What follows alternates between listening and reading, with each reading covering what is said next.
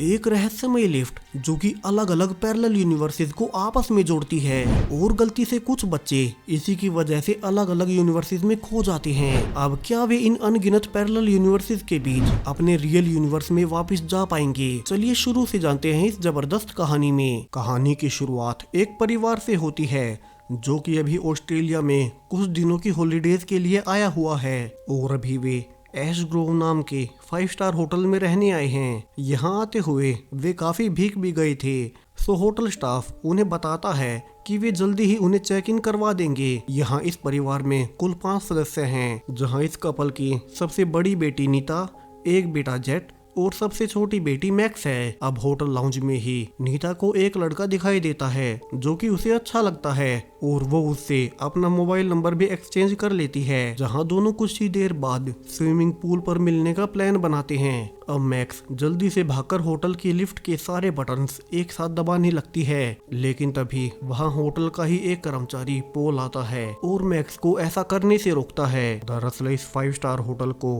एक पुराने होटल से नए में रिनोवेट किया गया है, जहां वैसे तो ये होटल अब नया ही है मगर इसकी लिफ्ट पहले वाली है। यहाँ पोल मैक्स को समझाता है कि उसे भूल कर भी कभी भी इस लिफ्ट के सारे बटन्स एक साथ नहीं दबाने हैं। दरअसल इस पुरानी लिफ्ट का एक सीक्रेट है जिसके सारे बटन्स एक साथ दबाने पर इसके अंदर का स्पेस टाइम अलग तरह से काम करने लगता है और इसका ये राज पूरे होटल में सिर्फ उसे ही पता है। अब इससे आगे वो कुछ भी बता पाता इसके पहले ही एक लिफ्ट अटेंडेंट आकर बाकी सबको ऊपर ले जाने लगती है और पोल की बात आधी रह जाती है। अब पोल इस लिफ्ट का कौन सा सीक्रेट बताना चाह रहा था हमें थोड़ी ही देर में पता चलेगा। अब पूरी फैमिली 10वें फ्लोर पर मौजूद अपने कमरे में आ चुकी थी, जहां सब लोग कुछ देर के लिए आराम करने का सोचते हैं मगर तीनों बच्चे आपस में लड़कर उन्हें परेशान कर रहे थे। तो पेरेंट्स नीता को कहते हैं कि वो अपने दोनों भाई और बहनों को अपने साथ पूल पर लेकर जाए। अब नीता इसके लिए मना करने लगती है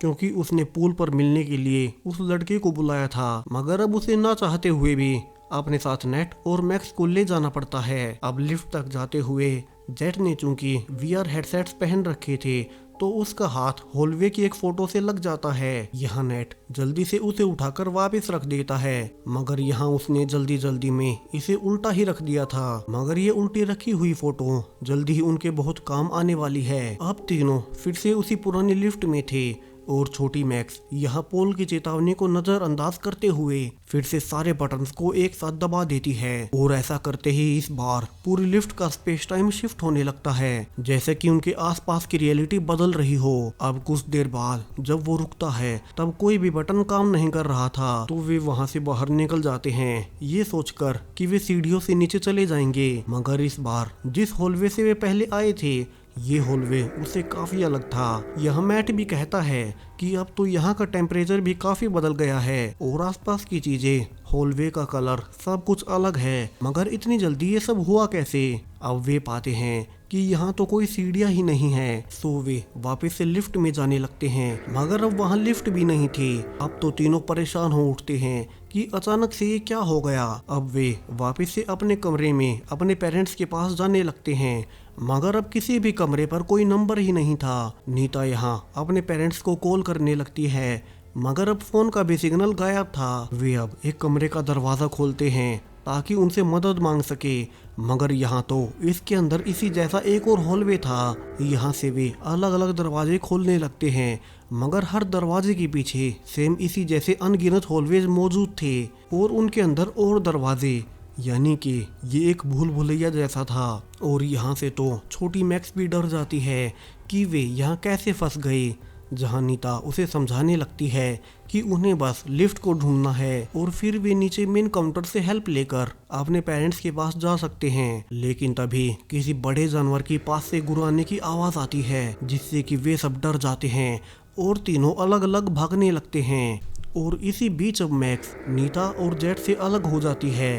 अब नीता और जेट मैक्स को ढूंढने लगते हैं कि तभी उन्हें फाइनली लिफ्ट मिल जाती है। जेट कहता है कि उन्हें लिफ्ट से अपने पेरेंट्स के पास जाकर मदद लानी चाहिए। हालांकि नीता पहले मैक्स को ढूंढना चाहती थी मगर उसे जेट की बात सही लगती है क्योंकि वो अपने पेरेंट्स के साथ आकर मैक्स को वापस से ढूंढ सकते हैं। अब दोनों फिर से लिफ्ट में आते हैं और फिर से पहले की तरह ग्लिच होता है मगर इस बार जब दरवाजा खुलता है तब बाहर वे पाते हैं कि अब बाहर का हॉलवे पहले जैसा हो गया है। सो वे जल्दी से अपने पेरेंट्स के रूम में जाने लगते हैं। हालांकि वे ये ध्यान नहीं देते कि वो पिक्चर जिसे मैट ने आते हुए उल्टा रखा था वो अब सीधी हो गई है। अब दोनों अपने रूम में पहुंचते हैं, मगर सरप्राइजिंगली यहाँ अब कोई और कपल रह रहा था। यहाँ दोनों ही हैरान थे और वे उनसे अपने पेरेंट्स के बारे में पूछने लगते हैं, जहाँ वे बताते हैं कि उन्हें नहीं पता, वे तो पिछले 1 हफ्ते से इसी रूम में रह रहे हैं। यहाँ से दोनों भागकर नीचे रिसेप्शन पर जाते हैं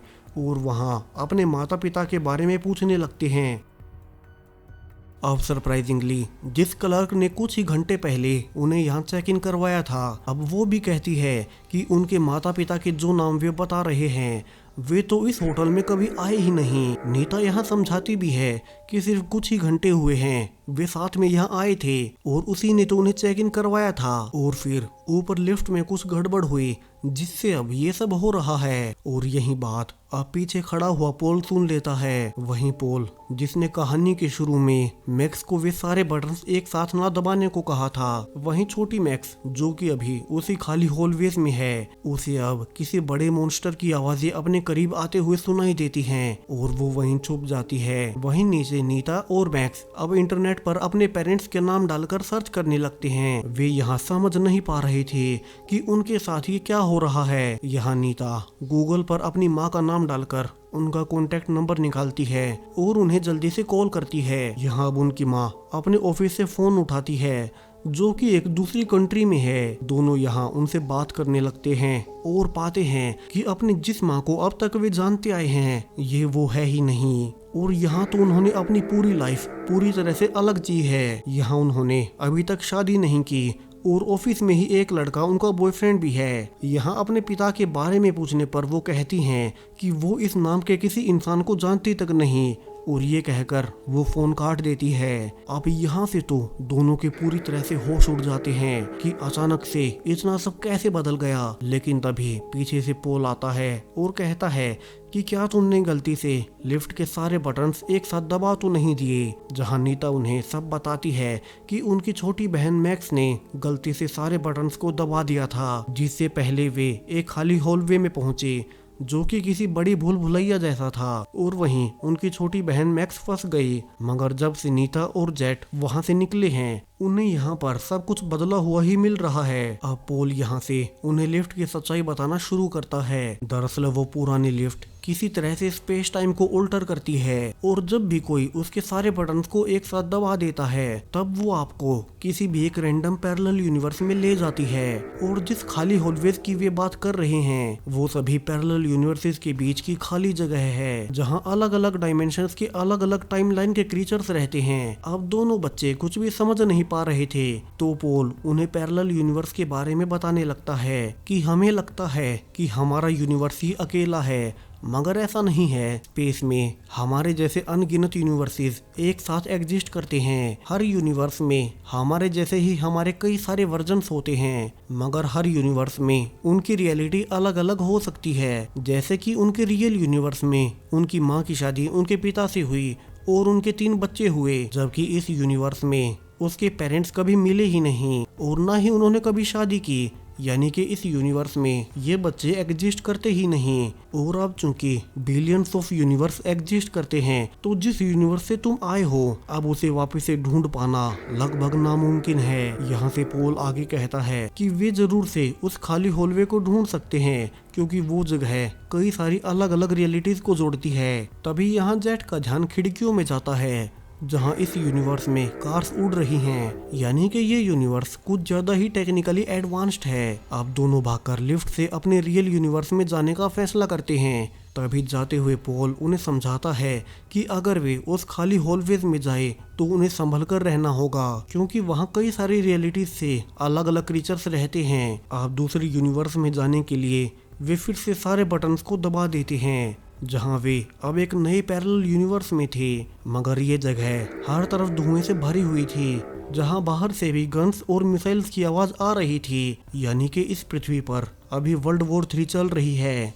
अब दोनों फिर से लिफ्ट में आकर सारे बटन्स दबाने लगते हैं, जहां फिर से अब वे एक नए यूनिवर्स में थे, जहां इस यूनिवर्स में हर जगह पानी भरा हुआ है। यानी कि इस यूनिवर्स में पृथ्वी धीरे धीरे पानी के अंदर डूब रही है। दोनों अपने सफर को जारी रखते हैं, जहां अब वे एक खाली पड़े होटल के अंदर थे। यानी कि इस यूनिवर्स में ये होटल कई सालों पहले ही बंद हो चुका है। अब तो नीता यहाँ से रोने लगती है, क्योंकि जैसा कि पॉल ने बताया था कि ब्रह्मांड में करोड़ों पैरेलल यूनिवर्स अस्तित्व में हैं, जिनमें से अपना रियल यूनिवर्स ढूंढ पाना लगभग नामुमकिन है। ऊपर से उस हॉलवे में पॉल ने बताया था कि वहाँ कई सारे क्रीचर्स रहते हैं, तो क्या पता उनकी छोटी बहन मैक्स वहाँ किस हालत में होगी। मगर जेट उसे समझाता है कि उन्हें कोशिश जारी रखनी होगी और उन्हें पहले मैक्स को जाकर बचाना है, जिसके बाद वे अपने रियल यूनिवर्स में जाने का सोचेंगे। अब दोनों बार बार कोशिश करने लगते हैं और हर यूनिवर्स पर वे क्रॉस लगाते जाते हैं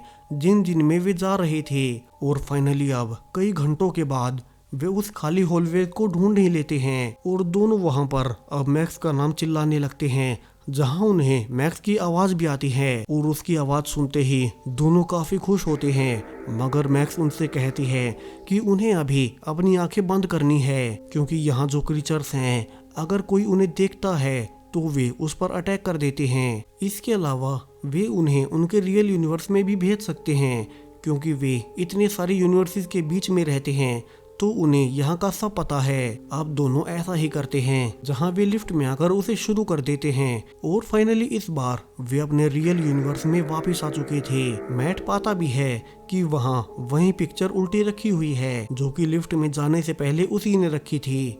तीनों अब खुश होकर अपने रूम में जाने लगते हैं, जहाँ नीता पूछती है कि मैक्स को कैसे पता चला कि उन्हें आंखें बंद करनी हैं और वे क्रीचर्स उन्हें उनके रियल यूनिवर्स में पहुंचा देंगे। जहां मैक्स बताती है कि क्या वे भूल गए, आते ही पॉल ने तो उन्हें बताया भी था कि यहाँ के क्रीचर्स ने उसे अंधा कर दिया था। अब ये सुनते ही नीता रुक जाती है, क्योंकि वे दो यूनिवर्स के पोल से ऑलरेडी मिल चुके थे और दोनों ही पोल अंधे नहीं थे।